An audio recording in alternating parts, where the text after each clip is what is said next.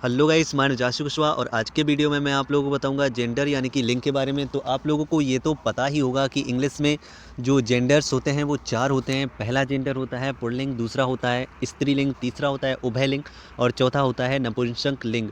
तो गाइस आज मैं आप लोगों को इन्हीं सब के बारे में बताऊँगा और अगर आज का वीडियो आप लोग पूरा का पूरा देख लेते हो तो आप ज़िंदगी भर इस चारों जेंडर्स के बारे में और ये जो जेंडर मेन जेंडर है, कुल मिला के आपको बता दूं कि जो लिंग होते हैं इंग्लिश में, इनके बारे में आप कभी भी नहीं भूलोगे और ये बहुत ही इंपॉर्टेंट टॉपिक है।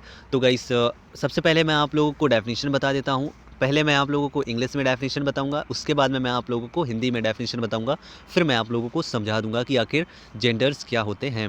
तो गाइस यहाँ पे देखिए ये लिखी हुई है, it tells that noun is male और female, male and female both और नॉन लिविंग।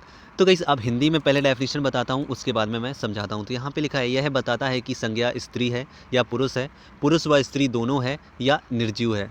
तो गाइस आप ऐसे समझो कि जो जेंडर होता है ये आप लोगों को बताता है या आप लोगों को समझाता है कि जो दिया हुआ वर्ड है वो आखिर क्या है, पुरुष है या फिर स्त्री है, स्त्री व पुरुष दोनों ही है, या फिर ये कोई नॉन लिविंग है यानी कि नपुंसक लिंग है। तो गाइस ऐसे करके आप समझ सकते हैं। तो आगे बढ़ते हैं और देखते हैं इसके टाइप। तो गाइस मैं आप लोगों को बता देता हूँ ये 4 टाइप के होते हैं। पहला मस्कुलाइन जेंडर यानी कि पुल्लिंग, दूसरा फेमिनाइन जेंडर यानी कि स्त्रीलिंग, तीसरा होता है कॉमन जेंडर यानी कि उभयलिंग और चौथा होता है न्यूटर जेंडर यानी कि नपुंसक लिंग। तो यहाँ पे सबसे पहले जेंडर के बारे में बात करते हैं जो कि है मैस्कुलाइन जेंडर। तो मैस्कुलाइन जेंडर जो है इसकी डेफिनेशन देखिए, it tells only about male यानी कि यह पुरुष के बारे में बताता है। और हिंदी में इसकी डेफिनेशन देख लो, पुरुषवाचक शब्दों को पुल्लिंग कहते हैं यानी कि पुरुषवाचक जिससे पुरुष जाति का बोध हो उसे हम पुल्लिंग कहते हैं। एग्जाम्पल के लिए समझिए, यहाँ पे बॉय लिखा हुआ है तो बॉय आपको पता है ये एक पुरुष होता है। डॉग ये भी एक पुरुष जाति का ही होता है।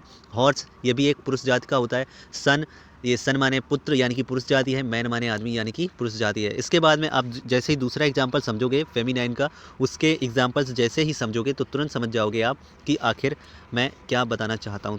तो अब मैं आप लोगों को बताता हूँ फेमिनाइन जेंडर के बारे में। तो यहाँ पे देखिए लिखा हुआ है फेमिनाइन जेंडर, इसकी इंग्लिश में डेफिनेशन देखिए, it tells only about female. ऊपर वाले में क्या था, it tells only about males यानी कि मेल्स के बारे में बताता था, और यहाँ पे ये क्या है, फीमेल्स के बारे में ओनली बताता है। इंग्लिश में समझिए, स्त्रीवाचक शब्दों को स्त्रीलिंग कहते हैं। अब यहाँ पे जो एग्जाम्पल्स हैं वो भी समझिए और इसके बाद में आपको अच्छे से समझ में आएगा। तो यहाँ पे देखिए ये एग्जाम्पल्स हैं कुछ, ये देखिए यहाँ पे लिखा हुआ है गर्ल, फिर इसके बाद में विच लिखा हुआ है। ऊपर में देखो बॉय, तो यहाँ पे नीचे में गर्ल। ऊपर में देखो ये यानी कि मैस्कुलाइन में डॉग, तो नीचे वाले में विच, और इसके बाद में ऊपर वाले में हॉर्स, तो नीचे वाले में मेयर। तो इस तरीके से आप लोग समझ गए होंगे कि यहाँ पे आखिर फेमिनाइन और मैस्कुलाइन में क्या अंतर होता है। इसके बाद में अब मैं आप लोगों को बताता हूँ कॉमन जेंडर यानी कि उभयलिंग के बारे में। तो it tells about both male and female commonly यानी कि यह, पहले हिंदी में डेफिनेशन समझो फिर मैं आप लोगों को इसको समझाता हूँ। जो शब्द स्त्री व पुरुष दोनों का बोध कराते हैं उन्हें उभयलिंग कहते हैं।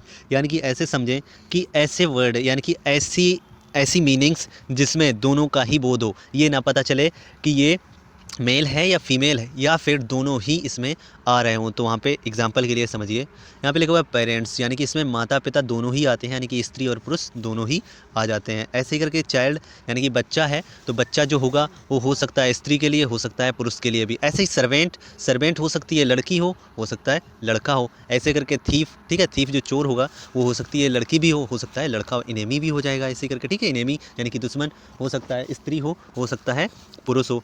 तो ये तो हो गया आपका उभयलिंग। तो उभयलिंग को ऐसे समझिए जिसमें आप लोगों को दोनों चीज़ों का बोध हो, स्त्री व पुरुष दोनों का बोध हो, उसे हम लोग उभयलिंग कहते हैं। अब इसके बाद में अब हम बात करें न्यूटर जेंडर यानी कि नपुंसक लिंग के बारे में।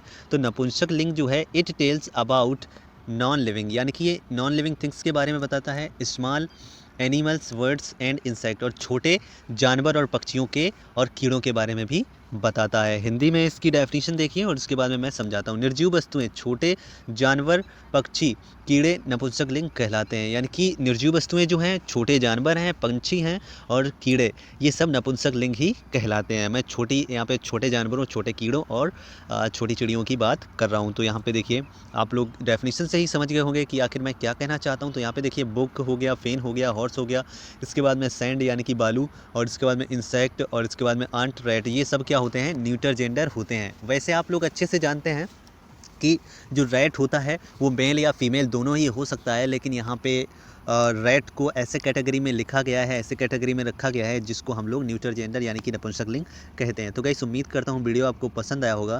गाइस अगर आपको पिछले वीडियोज़ को देखना है तो ये जो ऊपर में वीडियो दिख रहे हैं इनको क्लिक करके आप वीडियोज़ को देख सकते हैं। और गाइस चैनल को सब्सक्राइब और वीडियो को लाइक करना मत भूलिएगा। इसके अलावा गाइस मैं आप लोगों को बता देना चाहता हूँ कि ये जो वीडियो है ये इंग्लिश ग्रामर से रिलेटेड है, लेकिन आपको ये बात तो अच्छे से पता होगी कि मैं स्पीकिंग का मैं स्पीकिंग सिखाता हूँ और इस चैनल पे स्पीकिंग ही सिखाई जाती है।